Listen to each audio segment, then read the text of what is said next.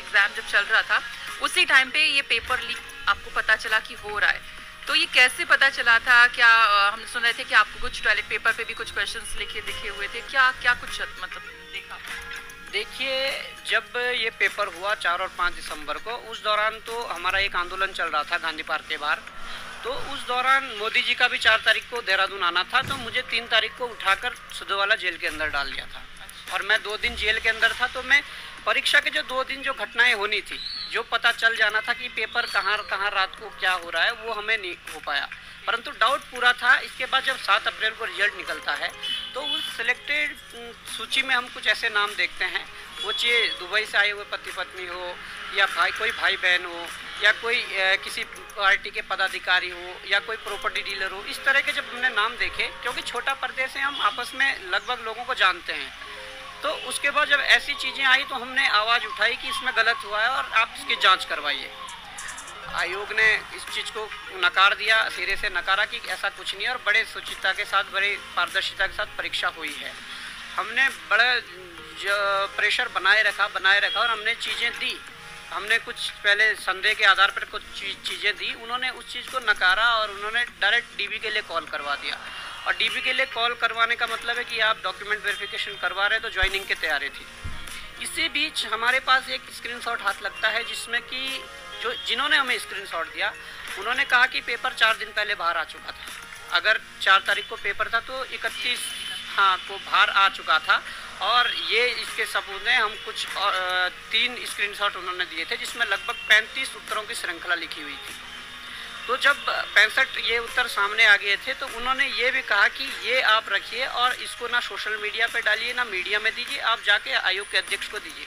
और हमने करा भी वैसे ही। हम आयोग के अध्यक्ष से कांटेक्ट किए और उसके बाद उनके आवास पर गए और उनको ये चीज़ें दी। ठीक है, आयोग के अध्यक्ष से याद आया, आपने ये सारी चीज़ें, आप ऐसा तो नहीं है कि आज से उठा रहे हैं, आप कुछ सालों से लगातार इन चीज़ों को फेस कर रहे हैं और आप उसकी आवाज़ उठा रहे हैं।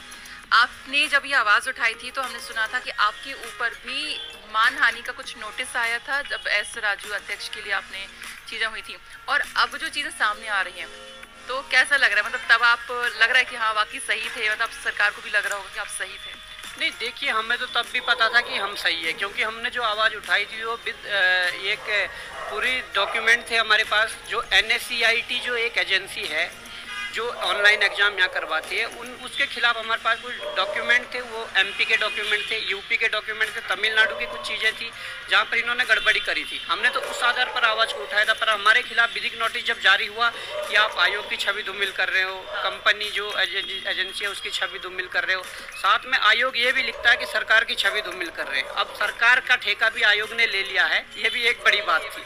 तो हमने उसका जब जवाब बनाकर भेजा, तो हमने तकरीबन 16 पेज का जवाब वापस बना के भेजा, तो उसका जवाब 2 साल होने वाले आज तक नहीं आया, क्योंकि हमने जवाब में वो चीज़ें सारी डॉक्यूमेंटेशन किया और उसके बाद भेजा। परंतु उसके बाद ये है कि जब आयोग के अध्यक्ष को ये पता था, क्योंकि ये बात उन्होंने इस्तीफे देते हुए स्वीकारा कि मेरे ऊपर प्रेशर है सफ़ेदपोशों का और माफियाओं का, तो जब उन्हें पता था, तो हम जब बोल रहे थे तो उस बात को वो नकार क्यों रहे थे? सबसे बड़ी बात ये है, उनको भी जांच के दायरे में लेना चाहिए। बिल्कुल, जब आप तब कह रहे थे वो आज आप अब भी कहते हैं। और जैसा कि आपने कहा कि जब उन्होंने इस्तीफा दिया तो उन्होंने साफ तौर पर कहा था कि उनके ऊपर दबाव था और कुछ इसमें मतलब सिफारिश करने के लिए लोग आते थे। सफ़ेद पोश भी उन्होंने कहा था।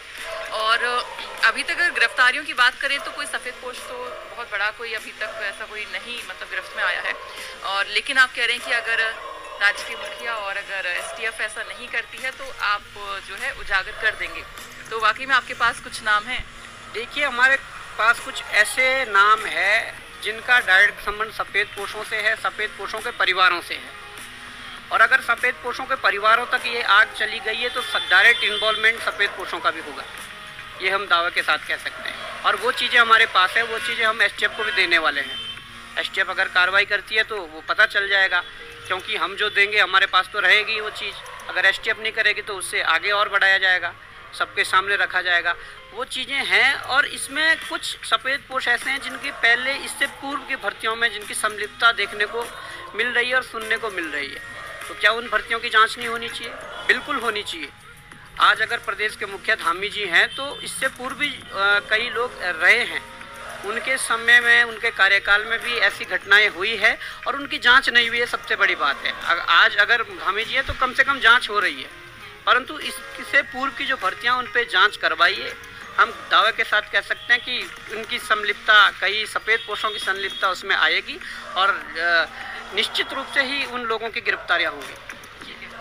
अभी आपने देखा कि 5 परीक्षाएं रद्द की हैं और आई थिंक उनके कुछ के परिणाम भी नहीं आए थे, सिर्फ वो एग्ज़ाम हुए थे, तो उनको लेकर क्या कहना है? आपको लगता है कि मतलब सरकार ने सही फैसला लिया है? देखिए, सरकार ने संदेह के आधार पर उन परीक्षाओं को रद्द करने की बात कही है, परंतु हम यह कहना चाहेंगे कि उनकी एक बार जांच हो। जिन परीक्षाओं में कोई गड़बड़ियां नहीं है, जो निर्विवादित परीक्षाएं हैं, उनको रद्द ना करके उनको आगे की प्रक्रिया उन पर करी जाए। परंतु जिन भी परीक्षाओं में गड़बड़ियां दिख रही है, क्योंकि RMNS जो सॉल्यूशन कंपनी है, जो छपाई का काम कर रही है, अब जो पेपर उन्होंने छापा होगा उनमें तो तहकीकात ढंग से करनी पड़ेगी।